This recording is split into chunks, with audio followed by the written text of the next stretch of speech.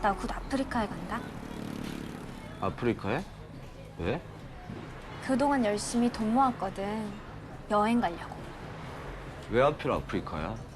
Cinematographers can communicate so much to an audience with even the subtlest elements of how they compose a shot. Yes, I'm talking about Burning again. In the movie, Jung-soo is enjoying the time he's getting to spend with Hae-mi, who he's just reconnected with. 굶주린 자. 영어로 헝거. 리틀 헝거와 그레이트 헝거. In this scene, they eat together and we get a fairly standard series of shot reverse shots with mediums and close-ups. It feels pretty intimate and like they're just spending time together, the two of them. But then in the story, Ben shows up and Jung-soo is competing with him for Hae-mi's attention.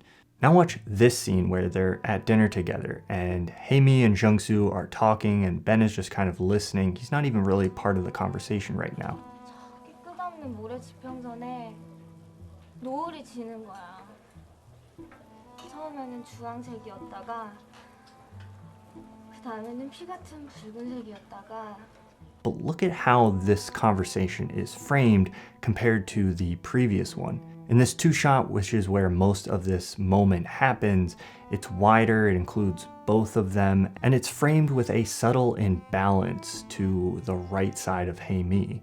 Even though Ben isn't part of the conversation at this point, and the moment is mostly happening between Jung-soo and Hae-mi, framing the moment from this angle subtly keeps Ben's presence in our attention and makes the whole thing feel less intimate between Jung-soo and Hae-mi. At this point in the story, Jung-soo's focus has kind of shifted from Hae-mi to a preoccupation with the status of the three of them, and the compositions from this point on in the film subtly reflect that. Check out this scene where Jung-soo comes into this coffee shop and thinks for a moment that he has Hae-mi to himself, and then, surprise, there's Ben in the background, literally looming over the two of them. This video is sponsored by Mubi.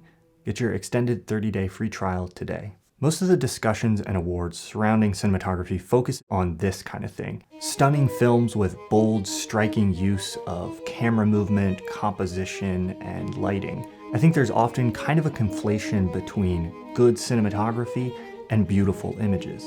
Now, like with my video about subtle acting, I want to be clear, I don't think there's anything wrong with this kind of cinematography.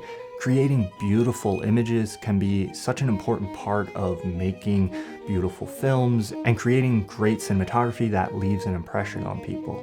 Beautiful cinematography can draw you into the story and make it even more impactful. Two of my favorite directors are Terrence Malick and Wes Anderson, in part because of the way they use beautiful images in their films. It would be hard to describe Emmanuel Lubezki's work with Malick as anything close to subtle, but I think the two of them together have created some of the most profound, iconic images that have come out of cinema in the last decade. So all that to say, there's nothing wrong with this kind of cinematography, but if we reduce the discussion around what great cinematography is down simply to beautiful images, I think it's incredibly reductive. And in doing that, I think we can miss out on many of the subtler ways that cinematography can be an incredibly powerful tool to communicate meaning in film. So let's highlight some of these moments where the cinematography might not be as attention-grabbing or visually stunning, but is still doing a lot of work to convey the meaning of the film.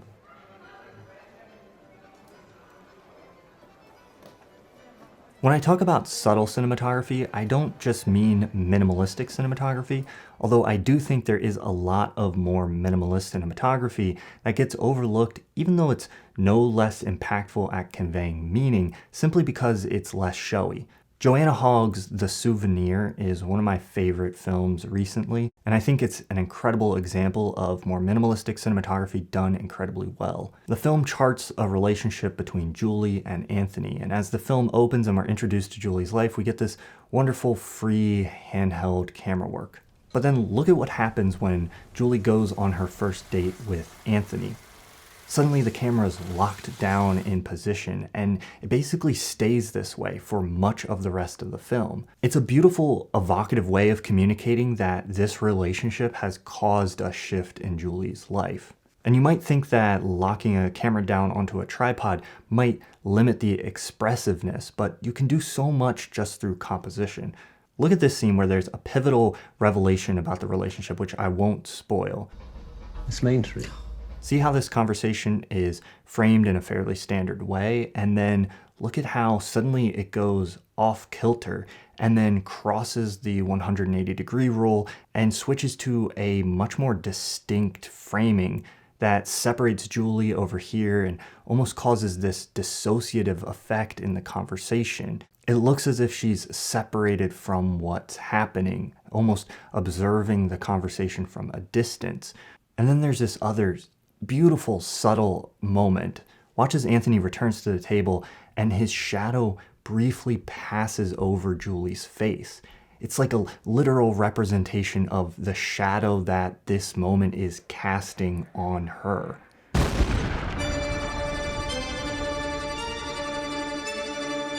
Ruben Östlund's Force Majeure is another great example of doing a lot with a fairly minimalistic approach to cinematography. The film opens with this family on a ski vacation, and they're all having a pretty good, happy time. And we get these shots where all of them are included together in the frame. But then watch what happens to the compositions after there's an incident that causes a rift between the husband and wife. Through a combination of composition and blocking, we begin to see how things are literally fracturing and a divide is created between the husband and wife. There's a great sequence where another couple comes to visit this husband and wife, and the husband and wife talk about their argument, which literally causes a rift then between the visiting couple. The composition and blocking of this scene illustrates how that's happening perfectly. Kontrollen over deres semester, forlåt meg. This is one movie that had the misfortune of getting an American remake, and one of the things that the English language version does, besides just suck a lot of the subtlety out of the writing, is remove this element of composition and cinematography entirely from how the story is conveyed. And the American version is just so much more flat and empty because of it. One director whose career I think is an excellent illustration of kind of the range of what can constitute great cinematography is Paul Thomas Anderson. When you say Paul Thomas Anderson in cinematography, you probably immediately think of his Oscar-winning work with Robert Elswit on There Will Be Blood, or the really energetic, evocative work of Boogie Nights, or the long tracking shots we find in Magnolia. Those movies have incredible cinematography, but just as impressive to me is a lot of his later work, like Inherent Vice and Phantom Thread. In these films, there aren't these iconic images or moments that stick in my mind, but what is just as impactful is the way these movies feel. Phantom Thread isn't one of these movies that comes at you with these striking images. Instead, it's more of a soft mood and vibe that just kind of saturates the entire film. And that's not an accident at all. It's very deliberate and constructed. The subdued colors and the softness of the highlights are created by the choice of film stock and the filters placed in front of the lens. There's a BTS video that shows some of the test footage they shot.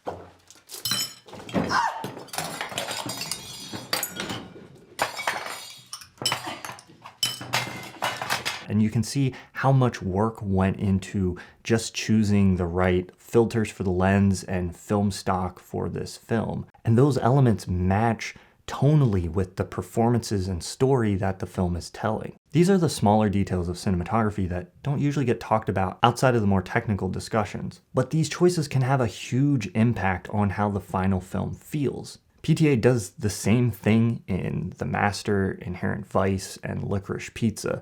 Each of these movies have their own look that is distinct from the other, but which feels completely appropriate to the story each film is telling. Of course, what constitutes subtle is culturally and personally subjective. I kind of doubt that Masaki Kobayashi's Harakiri was perceived as subtle when it was released in 1962, but when you compare it to some of the stuff that we're used to now, it's essentially a masterclass in restraint.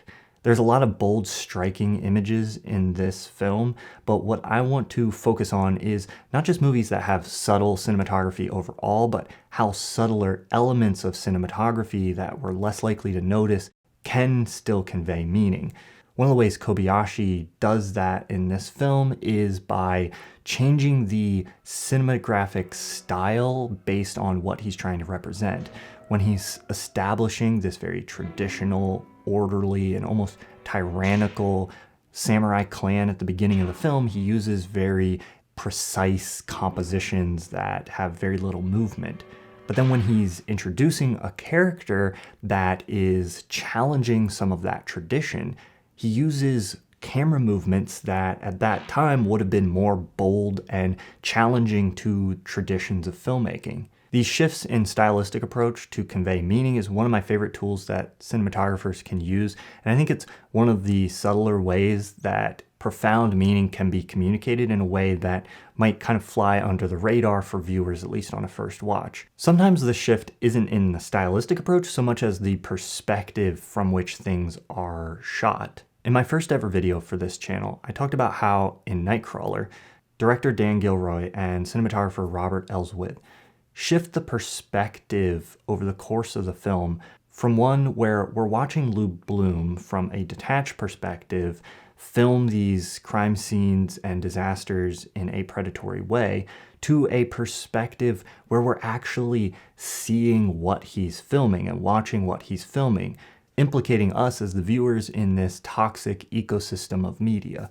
One of the most beautiful shows on television right now from a cinematography perspective is Euphoria, and I made a video talking about how I think that show fits within a lineage of expressionism in cinematography, one of the oldest and boldest stylistic approaches to cinematography. But you don't have to harness expressionism for your entire film or show. I love when filmmakers know how to add just a dash in the right moment.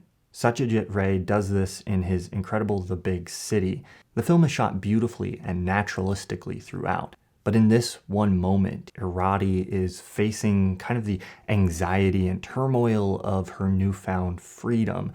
And he portrays that conflict beautifully with the expressionistic lines and composition behind her in this shot.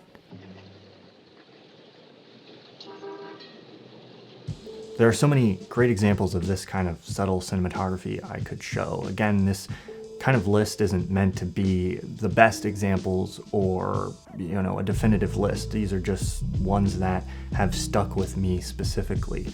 If you want to find this kind of thing on your own, my recommendation is to take a film that is really good, that you're familiar with, and watch it silently without any sound. When you do that, the image and the way cinematography is used pops out at you in a way that it absolutely won't otherwise. A great film to do this with would be Lee Chong-dong's Burning, which I've been hyping up endlessly in these videos. If you want to watch it, fortunately you can on Mubi, which is my sponsor for this video. Market. Mubi is an online, hand-curated streaming cinema with an exceptional selection of movies from all around the world. They really take their time to curate what's on there, and so it's not just a great streaming service, it's also a great way to actually discover new interesting things to watch. It's kind of like having your own personal film festival as a streaming service. So go watch Burning or just explore the library, and I'm sure you'll find something you're interested in watching. You can get a 30-day extended free trial when you sign up with my link by going to mubi.com/ThomasFlight. That's mubi.com/ThomasFlight, or click the link on the screen. Thanks again to Mubi for sponsoring this video.